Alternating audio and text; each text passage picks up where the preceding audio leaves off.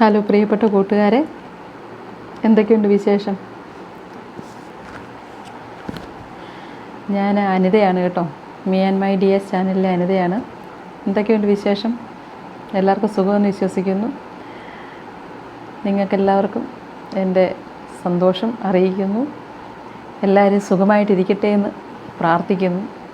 പിന്നെ ഇന്ന് വരാനുള്ള പ്രത്യേക കാരണം എന്ന് പറഞ്ഞാൽ വലിയൊരു സന്തോഷം. കാരണം എല്ലാവരുടെയും ഒരു സഹകരണത്തിൻ്റെ അല്ലെങ്കിൽ സന്തോഷത്തിൻ്റെ ഭാഗമായിട്ട് എനിക്ക് 2000 സബ്സ്ക്രൈബേഴ്സ് ആയിരിക്കണം. അതിൻ്റെ ഒരു സന്തോഷമുണ്ട്. അത് നിങ്ങളോട് ഷെയർ ചെയ്യണമെന്ന് തോന്നി.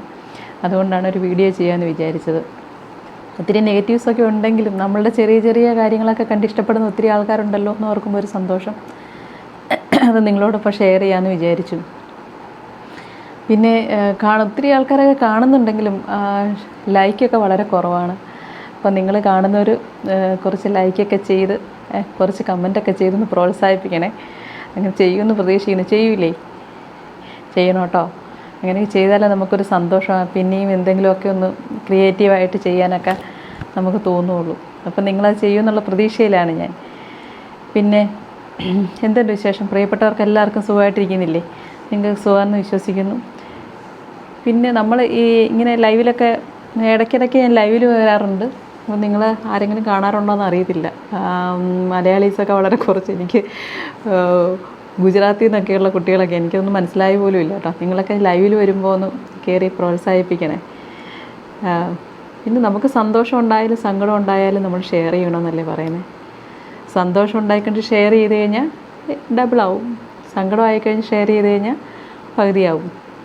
അപ്പോൾ എനിക്കിന്ന് ഷെയർ ചെയ്യാനുള്ളതെന്ന് വെച്ചിട്ടുണ്ടെങ്കിൽ ഈ ഒരു സന്തോഷമാണ്. അപ്പോൾ ആ ഷെയർ ചെയ്യുന്നത് ഇങ്ങനെ ഒരു പാട്ട് പാടി ഷെയർ ചെയ്യാൻ വിചാരിക്കും. എൻ്റെ പാട്ടൊക്കെ കേട്ട് നിങ്ങൾക്ക് ബോറായിരിക്കുമെന്ന് എനിക്കറിയാം. പക്ഷേ എനിക്കിതൊക്കെ ഭയങ്കര ഇഷ്ടമാണ് കേട്ടോ, പാട്ടൊക്കെ പാടാനും ഒക്കെ.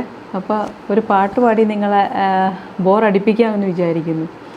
സംഗീതം ഇഷ്ടമില്ലാത്തവരാരല്ലേ ഉള്ളത്?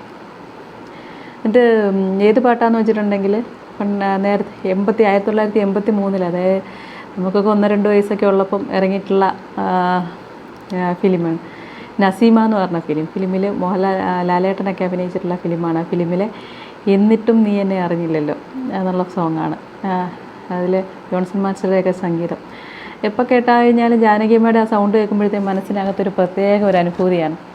അപ്പോൾ ആ പാട്ട് എനിക്ക് പാടാനൊന്നും അറിയത്തില്ല, എന്നാലും ട്രൈ ചെയ്യാം. അപ്പം നിങ്ങൾ അഭിപ്രായം പറയണേ. അതുപോലെ തന്നെ നമുക്ക് ഇടയ്ക്കിടയ്ക്ക് ഇങ്ങനെ പാടാൻ പറ്റിയ പാട്ടുകൾ ഞാൻ പാടിയാൽ നന്നാവും, അല്ലെങ്കിൽ നിങ്ങൾക്ക് ആഗ്രഹമുള്ളത് കമൻറ്റ് ചെയ്യുകയാണെങ്കിൽ നമുക്കതുപോലെ അത് പാടാം കേട്ടോ. അപ്പോൾ നിങ്ങളങ്ങനെ ചെയ്യുമെന്നുള്ള പ്രതീക്ഷയിൽ ഞാൻ പാട്ട് പാടട്ടെ.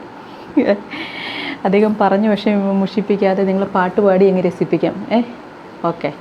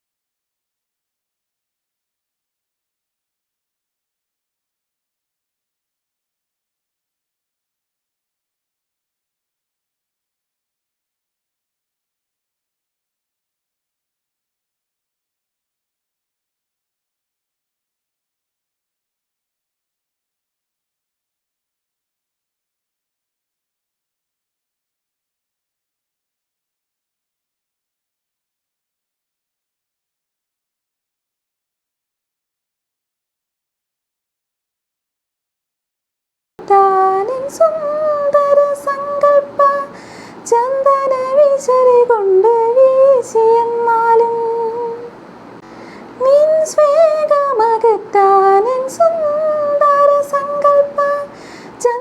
എനിക്ക് ഒത്തിരി ഇഷ്ടമുള്ളൊരു പാട്ടാണ് കേട്ടോ. അപ്പം സന്തോഷം പങ്കുവെച്ചു. നിങ്ങൾ പാട്ടിന് എന്തെങ്കിലും കുറ്റവും കുറവും എല്ലൊക്കെ ഉണ്ടെങ്കിൽ പറഞ്ഞു തരണം കേട്ടോ. ഞാൻ ശരിക്കും പറഞ്ഞാൽ പാട്ടൊന്നും പഠിച്ചിട്ടൊന്നുമില്ല. ഇങ്ങനെ പഴയ ജാനകിയമ്മയുടെ പാട്ടൊക്കെ ഭയങ്കര ഇഷ്ടമാണ്, അതുകൊണ്ടൊക്കെ അങ്ങ് പാടിയതാണ്. നിങ്ങൾക്ക് ഇഷ്ടപ്പെടുമെന്ന് വിചാരിക്കുന്നു. അപ്പം നിങ്ങൾ പ്രോത്സാഹിപ്പിക്കണം.